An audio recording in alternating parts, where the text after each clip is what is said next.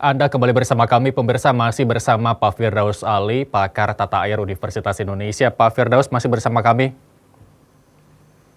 Ya, Ya, Pak so, Firdaus, ketika Gubernur DKI Jakarta Anies Baswedan mengatakan bahwa daya tampung air DKI Jakarta hanya mampu 50 hingga 100, sedangkan BMKG mengatakan bahwa hujan deras dengan intensitas tinggi juga masih akan berlangsung hingga akhir Februari dan bisa diprediksi bahwa intensitas hujan bahkan akan melebihi 100 mm. Menurut Anda, apakah DKI Jakarta masih mampu untuk menambah kapasitas air untuk menampung air hujan di DKI Jakarta, Pak Firdaus? oke, Irsal. Penjelasan Gubernur mengatakan bahwa kapasitas saluran drainase badan air itu mampu hanya menampung curah hujan 100 mm. Ya, ini perlu dijelaskan, curah hujan di dalam kota, apa curah hujan di luar kota, atau kombinasi dari dua hal tadi. Ya, ini tidak clear. Ya. Kedua, ini bukan barang baru, bukan cerita baru, karena dari dulu kita sudah mengatakan bahwa potensi curah hujan tinggi itu berapa besar. Dan saya berkali-kali saya mengingatkan, ya, sehingga perlu pembenahan saluran drainase sehingga dia mampu menampung debit, ya, curah hujan. Misalkan ini yang dimaksud oleh Gubernur tadi adalah di atas 100 tadi. Karena ini kan bukan barang baru, tiba-tiba kurang BMKG mengumumkan bahwa akan ada curah hujan, untuk kemarin curah hujannya cuma jadi 200. Enggak, ini sudah sesuai. Sekali lagi saya katakan, banjir itu berbeda dengan gempa bumi yang kita tidak tahu kapan terjadinya, di mana kejadiannya, dan berapa besar. Banjir itu yang sudah jamak dan setiap musim hujan kita tahu. Dan kita bisa mensimulasi curah hujan seberapa besar pun. Artinya apa? Antisipasi dalam 3 tahun terakhir ini seharusnya Pemprov itu memperbesar saluran.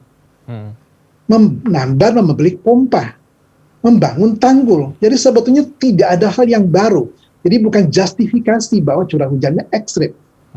Ya, di luar negeri orang tahu bahwa dia akan mengalami curah hujan yang ekstrim misalkan sekali dalam 10 tahun. Terus sekali dalam 25 tahun. Terus sekali dalam 50 tahun. Dan mereka sudah mengantisipasi itu jauh hari. Makanya berbeda dengan gempa bumi, kita tidak tahu kapan, di mana, dan berapa besar. Jadi itu bukan sebuah justifikasi. Di titik ini, tanyakan ke saya apa yang dilakukan. Memang tidak ada lagi yang dilakukan. Karena ibarat rumah terbakar, rumahnya sudah terbakar, yang kita bisa lakukan apa?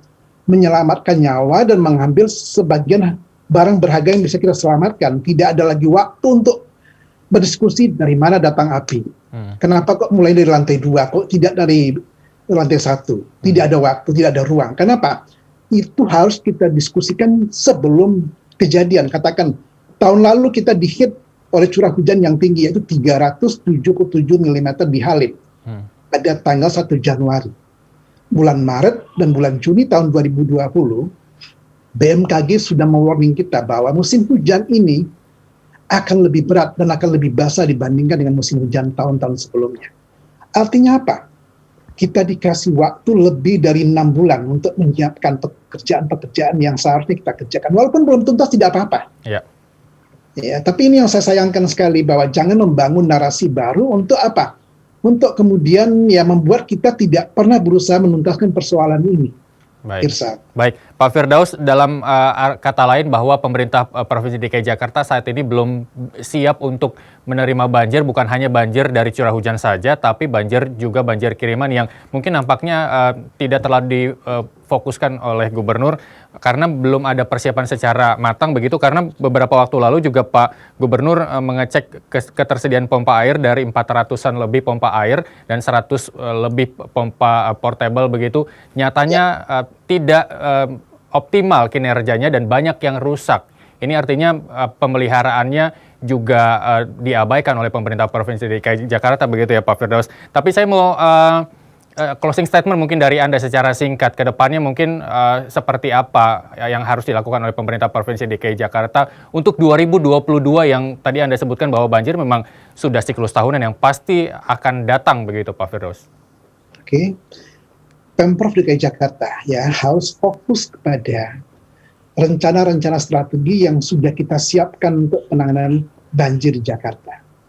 Ya, dan Pemprov DKI Jakarta harus menunjukkan komitmen yang kuat melalui apa? Melalui tadi politik anggaran untuk tata kelola air. Ini tercermin berapa besar anggaran yang dialokasikan, ya, lalu kemudian Pemprov DKI Jakarta jangan lagi membangun narasi diksi baru ya yang jauh dari tujuan-tujuan untuk menuntaskan masalah.